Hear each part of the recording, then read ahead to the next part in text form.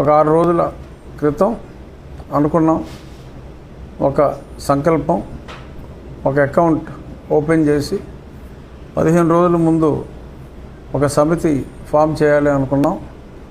So అందులో రామభక్తుల్ని ముఖ్యంగా ఎవరైతే గతంలో అక్కడ ఆకివీడులో ఆ రామాలయం ఆ మెయింటెనెన్స్కి వీలైనప్పుడల్లా అక్కడ పరిస్థితుల్ని దాటుకొని పూజా కార్యక్రమాలు నిర్వహించాలనే తలంపుతో కొన్ని దశాబ్దాల పాటు అక్కడ పూజా కార్యక్రమాలు నిర్వహిస్తూ మరి దాని మెయింటెనెన్స్ కరెంటు బిల్లులన్నీ పే చేసుకుంటున్న వారి కుటుంబ సభ్యులు, ఇలా రామభక్తుల్ని వేణుగోపాలరాజు గారు, మాణిక్యాలరావు గారు, ఇలా కొద్దిమంది భక్తులతో ఏర్పాటు చేసిన ఆ సమితి ఆధ్వర్యంలో రామాలయ నిర్మాణం చక్కటి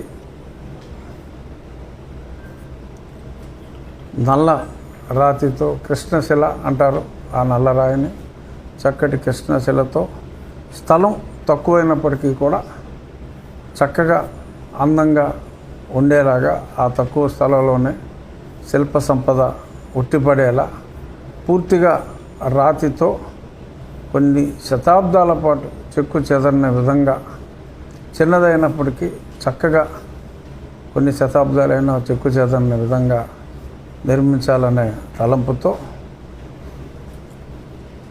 మాణిక్యాలరావు గారిని అక్కడ కన్వీనర్గా ఉంచి ఆకివీడులోనే వారి నివాసం, ఆ గుడికి సమీప ప్రాంతంలోనే. సో ఈ అకౌంట్ ఓపెన్ చేయటం కెనరా బ్యాంకులో అద్భుతమైన ఆ స్పందన ప్రజల నుంచి వచ్చింది. రేపు ఇప్పటికే సుమారు 95 లక్షల రూపాయలు అందులో జమైనవి. 100 రూపాయల నుంచి 10,000 రూపాయల వరకు భక్తులు వివిధ రాష్ట్రాల నుంచి అలాగే వివిధ దేశాల నుంచి కూడా ఆ 10,000 రూపాయలు దాటకుండా కొందరు ఎక్కువ ఇస్తూ ఉన్నప్పటికీ కూడా వద్దు, మీ కంట్రిబ్యూషన్ 10,000 ఇవ్వండి సరిపోతుందనే ఫోన్ చేసిన వారికి కూడా చెప్పి 10,000 రూపాయలు మించకుండా అందరి వద్ద, అంటే ఇస్తా ఉన్న వారి వద్ద డైరెక్ట్గా ఆ అకౌంట్లో జమ చేయమంటం జరిగింది. కొందరు 10,000 రూపాయల చెక్స్ కూడా ఈరోజు కూడా తీసుకొచ్చి ఇవ్వటం జరిగింది. అవి కూడా రేపు ప్రజెంట్ చేసి ముందుగా ఇంకా చాలామంది భక్తులు మేము ఒక ధ్వజస్తంభం ఒక భక్తులు వచ్చి ఆ ధ్వజస్తంభాన్ని అంటే టేకు చెక్కతో ఉండే ఒక టేకు చెట్టు ఆర్ దానికి కొన్ని స్పెసిఫిక్ వృక్షాలు ఉన్నాయి. ఆ వృక్షం, ఆ మాను నిటారుగా ఉన్న ఆ మాను మేము ఆ దేవాలయానికి సమకూరుస్తామని చెప్పి కొద్దిమంది భక్తులు కూడా నాకు ఫోన్ చేయటం జరిగింది. సో అంచేత రేపు గుడి కట్టడం ఒక ఎత్తు, గుడి కట్టిన తర్వాత శాశ్వతంగా ధూపదీప నైవేద్యాలు వీటికి మెయింటెనెన్స్ చేయటం ఒక ఎత్తు.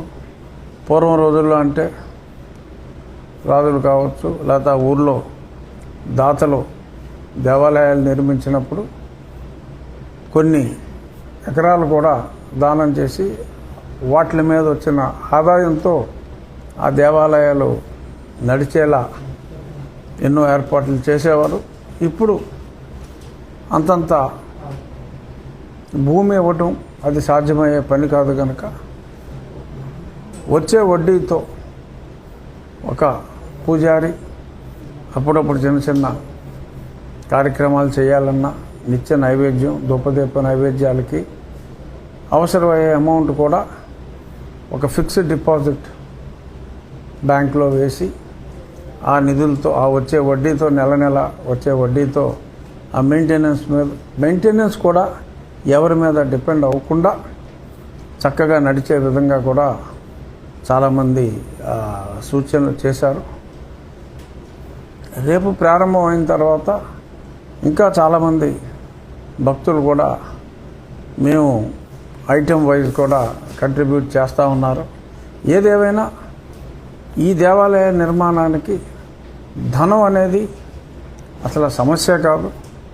నేను నా స్నేహితులు చాలు ఎంత ధనమైనా ఖర్చు పెట్టి ఆలయం నిర్మించడానికి. కానీ ప్రజలు ఉండాలి. 100 రూపాయలు, 200 రూపాయలు చిన్న చిన్న కంట్రిబ్యూషన్స్ ప్రజల వద్ద నుంచి వచ్చి, ఇది ప్రజల గుడి, ప్రజలు నిర్మించుకునే రామ మందిరం ఇది. సో కాబట్టి ప్రజల కొరకు ప్రజలే నిర్మించుకున్న ఈ మందిరం, ఈ రామ మందిరం, ఈ రామాలయం వారి కంట్రిబ్యూషనే ఎక్కువ ఉండాలనే తలంపుతో ఈ రకంగా ఒక రెస్ట్రిక్షన్ పెట్టుకుని, ఇంతకు మించి డొనేషన్ వద్దు అనే ఒక రెస్ట్రిక్షన్ పెట్టుకుని మేము ప్రజలకి వినతి ఇవ్వటం జరిగింది. ఊహించిన దానికంటే ఇంకా ఎక్కువగా రెస్పాన్స్ వచ్చింది. రేపు మాణిక్యాలరావు గారు ఆక్వీడు కెనరా బ్యాంక్ వారికి అఫిడవిట్ ఇచ్చి ప్రస్తుతానికి మేము ఈ అకౌంట్ ఇక్కడితో డొనేషన్ల స్వీకరణ ఆపుతున్నామని చెప్పి రేపు చెప్పడం జరుగుతుంది. సో అది ప్రాసెస్ చేయాలి. సో రేపు ఖచ్చితంగా రేపు సాయంత్రం నుంచి ఫర్దర్ విరాళాలు స్వీకరించవలసిన అవసరం కూడా ఉండదు. ఏదైనా అవసరమైనా ఇండివిజువల్గా భక్తులు ముందుకు వస్తున్నారు కనుక రేపు ఖర్చు పెరిగినప్పటికీ కూడా మరలా విరాళాల అవసరం లేకుండా ఒకరిద్దరు నా స్నేహితులు, ఆబ్లిక్ భక్తులు, ఎందుకంటే నా స్నేహితులు అయినంత మాత్రాన భగవంతుని మీద భక్తి లేకపోతే నేను అడగలేను, వారు ఇవ్వలేరు. సో కాబట్టి భక్తుల సహకారంతో ఇక ఏదన్నా కొంచెం ఎక్స్ట్రా ఖర్చు అయినప్పటికీ కూడా భక్తుల సహకారంతో అది పూర్తి చేయడం జరుగుతుంది. సో ఈ ఫండ్ రైజింగ్, ప్రజల వద్ద నుంచి ఫండ్ రైజింగ్ రేపు సాయంత్రంతో పూర్తవుతుంది. సుమారు ₹1,00,00,000 ఏదన్నా ఒక 50,000, 40,000 ఒకవేళ తక్కువైనప్పటికీ కూడా అది కంప్లీట్ చేసి ₹1,00,00,000 నిధితో ఈ రామాలయ నిర్మాణం ప్రారంభిస్తాం. పండితులతో మాట్లాడుతున్నాం. త్వరలో మే 3వ తారీఖు కూడా ఒక ముహూర్తం ఉంది అని చెప్పి వేణుగోపాలరాజు గారు కొంతమంది ఆగమశాస్త్ర నిపుణులతో, పండితులతో మాట్లాడటం జరిగింది. అన్నీ అనుకూలిస్తే ఆ తారీఖు, లేదంటే ఎందుకంటే రామాలయం అంటే కష్టాలు ఉంటాయి. అయోధ్య రామాలయం నిర్మించడానికి ఓకే, దానికి శతాబ్దాలు పట్టింది అనుకోండి. ఇది ఇటువంటి బాలారిష్టాలు ఉండే అవకాశమే లేదు. ఏదైనా చిన్న చిన్న చికాకులు లాంటివి, నీలికుమారులు ఏదైనా వృధా ప్రయత్నాలు చేసినప్పటికీ కూడా ఇబ్బంది ఏమీ లేదు. ఖచ్చితంగా ఈలోపు మంచి ముహూర్తం చూసుకొని డిజైన్ ప్రకారం ఆ కృష్ణశిల, ఆ రాళ్ళు, ఆ మందిర నిర్మాణానికి కావలసిన రాళ్ళు ఇవన్నీ కూడా ఆర్డర్ ఇవ్వడం జరుగుతుంది. అలాగే సైట్ క్లియరెన్స్ కూడా, చిన్న స్థలమే కాబట్టి 4 సెంట్ల స్థలమే, ఆ సైట్ క్లియరెన్స్ కూడా మంచి ముహూర్తం చూసుకొని ప్రారంభిస్తాం త్వరలోనే. అంటే బేసిక్గా చాలామంది భక్తులు మాణిక్యాలరావు గారికి, నాకు కూడా ఫోన్ చేసి అడుగుతున్నారు, ఎప్పుడు పని ప్రారంభిస్తున్నారు అని ఎంతోమంది ఫోన్ చేసి అడుగుతున్నారు. నిర్మాణం ఎప్పటికి పూర్తవుతుంది అని అడుగుతున్నారు. అందుకనే ఈ ప్రెస్ మీట్.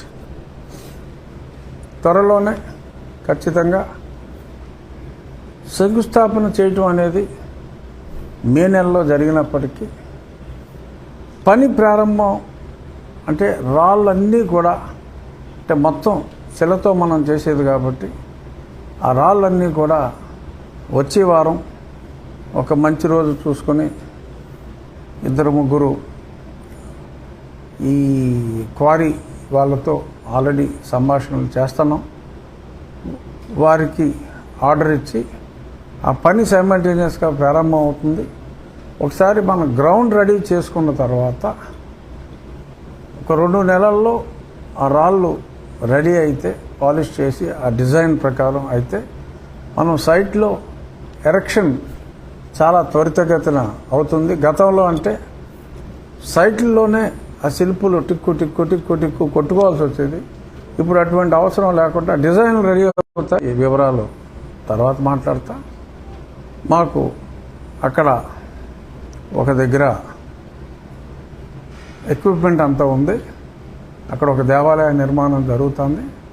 అక్కడే ఈ మనకు కావలసిన డిజైన్లన్నీ కూడా సైమల్టేనియస్గా తయారు చేసుకోవడం జరుగుతుంది.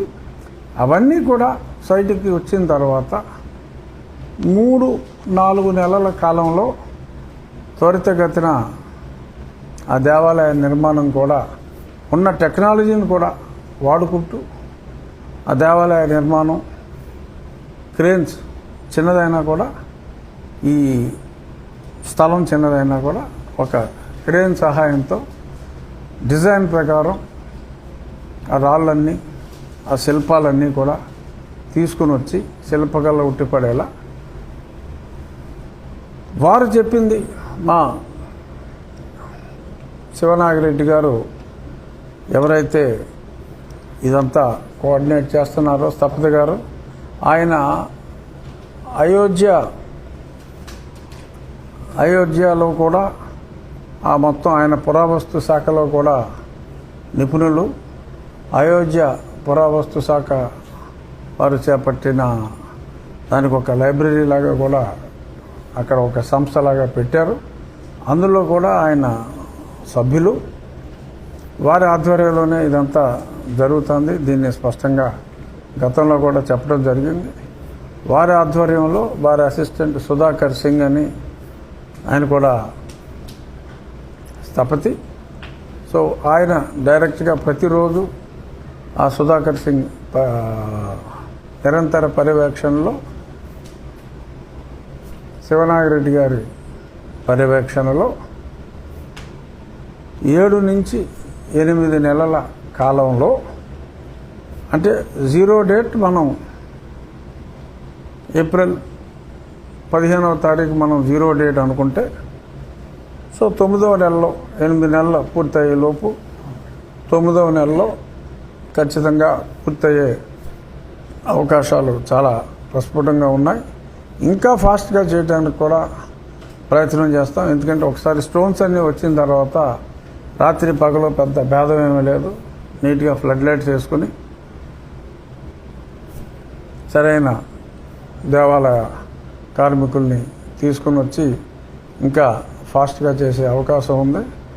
ఈలోపు దానికి వెళ్ళే దారులు ఆ రామాలయ ప్రాంగణానికి వెళ్ళే ఒక రోడ్డు ఈ ఆక్విల్లోంచి కాకుండా అలా ఐబీవరం నుంచి కూడా మార్గాలు ఉన్నాయి.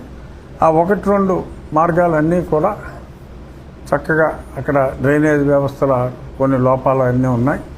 అవన్నీ కూడా ఈ గుడి వలన అవన్నీ కూడా సరిచేసి ఆ చుట్టుపక్కల కూడా ఆ దేవాలయం ఎంట్రీ ఒక సైడ్ నుంచి వస్తే ఇంకొక సైడ్ నుంచి వెళ్ళేలాగా అవన్నీ కూడా కొంచెం ఆ వాతావరణం అంతా కాస్త ఆహ్లాదంగానే ఉండేలాగా దేవాలయం అంటే ఒక పవిత్రమైన వాతావరణం కూడా అవసరం కాబట్టి మనశ్శాంతిగా ప్రార్థించుకోవటానికి అటువంటి ఇన్ఫ్రాస్ట్రక్చర్ కూడా ఆ ప్రాంతంలో ఉండేలాగా అక్కడ ఓపెన్ డ్రైన్స్ అన్నవే లేకుండా ఉండేలాగా ఆ కృషి కూడా చేయడం జరుగుతుంది.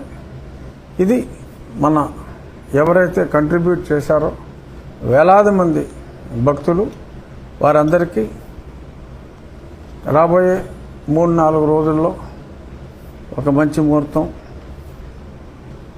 అడ్వాన్స్ ఆ రాళ్ళకి కృష్ణశిల ఆ క్వారీ యజమానులకి అడ్వాన్స్ ఇవ్వడం జరుగుతుంది. పని లిటరల్గా ప్రారంభం అవుతుంది. సైట్ క్లియరెన్సు ఇవన్నీ ఉన్నాయి కదా, ఈ సెక్షన్లు అన్నీ ఉన్నాయి. సో ఈ సెక్షన్లో ఒక 3 రోజులు ఉండొచ్చు, 4 రోజులు ఉండొచ్చు. తర్వాత సైట్లో కూడా దేవాలయం పని ప్రారంభిస్తాం. దీనికి ఎవరు ఎటువంటి లిటిగేషన్లో పెట్టి అవకాశమే లేదు. అన్ని డాక్యుమెంట్స్లో చాలా స్పష్టంగా ఉంది. ఈ ఫసిలీ అంటారు, వీటిల్లో కూడా చాలా స్పష్టంగా ఇది ఎప్పుడుతో 1998 అందులో కూడా ఈ పర్టికులర్ సర్వే నెంబర్ ఇదిగో 4 సెంట్లు రామాలయం అని కూడా చాలా స్పష్టంగానే ఉంది. ఇది గవర్నమెంట్ రికార్డు 32 RSRలోనూ ఉంది. సో దీనికి రకరకాలుగా కొద్దిమంది అక్కడ మతం మారిన క్రైస్తవులు ఇంకా ఈ ముసుగులోనే ఉన్నట్టుగా నటిస్తూ కొన్ని కామెంట్స్ కూడా చేస్తున్నారు. ఏమి చేసినప్పటికీ అది అర్థం లేని శుష్క ఆర్గ్యుమెంట్. అది చాలా స్పష్టంగా గతంలో చెప్పినప్పటికీ మళ్ళీ చెప్తున్నా. ఒక 40-50 సంవత్సరాలుగా కరెంటు బిల్లు రామాలయం పేరు మీదే ఉంది. ఈ ఫసిలీలన్నీ కూడా రామాలయం అనే ఉంది. 32 డాక్యుమెంటు క్లియర్గానే ఉంది. ఆ దేవాలయం మీద కూడా అదే ఉంది. ఎవరెవరో మాట్లాడుతున్నారు. ఆడెవడో ఒకటి పిచ్చిగడ్డం వేసుకుని ఆ తణుకు నుంచి ఒకడు మాట్లాడుతూ ఉంటాడు. రామ్ భక్తుడు అంటాడు, నోటుకు వచ్చి చెత్తబాగుతూ ఉంటాడు. ఇంకెవరో ఒక ఆయన చూసా, మరి ఆయన పేరు నేను క్యాచ్ చేయలేకపోయాను. ఆయన ఏదోదో చెప్తూ ఉంటాడు. రఘురామకృష్ణరాజు ఏదో చాలా అన్యాయంగా ఆయన దళితులకున్న హక్కుని కాలరాచే ఏంటిది SC ST అట్రాసిటీ కేసులో కాలరాచే ప్రయత్నం చేస్తున్నాడు. రఘురామకృష్ణరాజు ఎవడండి కాలరాచే ప్రయత్నం చేయడానికి? డాక్టర్ బిఆర్ అంబేద్కర్ గారు 1950లోనే పేర్కోవడం జరిగింది. దానికి 1950 ఆగస్టు 11వ తారీఖు రాష్ట్రపతి అనుమతి ఇచ్చింది. అది చట్టంగా ఉంది. ఆ చట్టాన్ని అర్థం చేసుకోలేక కొద్దిమంది అర్థం చేసుకోలేకపోయారు. రాజకీయ నాయకులు కొద్దిమంది దానికి వక్రభాష్యం చెప్పారు. అలా నడిచింది.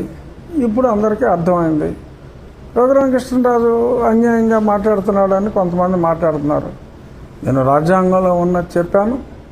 మళ్ళీ మొన్న స్పష్టంగా సుప్రీంకోర్టు చెప్పిందే మళ్ళీ నేను చెప్పాను తప్ప ఇందులో రఘురామకృష్ణరాజు, మాణిక్యాలరావు, వేణుగోపాలరాజు గారు కొత్తగా తీసుకొచ్చి చెప్పింది ఏమీ లేదు. సో కాబట్టి విఘ్నులైన ప్రజలు ఇది అర్థం చేసుకోవాలని చెప్పి కూడా చాలా స్పష్టంగా చెప్తూ ఇక్కడ అది హిందువులకు సంబంధించిన స్థలము, క్రిస్టియన్లకు ఇందులో ఎటువంటి ప్రమేయము లేదు. గతంలో అక్కడ హిందువులుగా ఉన్నవారు మేము క్రిస్టియన్లుగా మారిపోయాము, అందుచేత అక్కడ రామాలయం బదులు మేము చర్చి నిర్మించుకుంటాము అంటే కుదరదు. అక్కడ బోల్డ్ చర్చిలు ఉన్నాయి.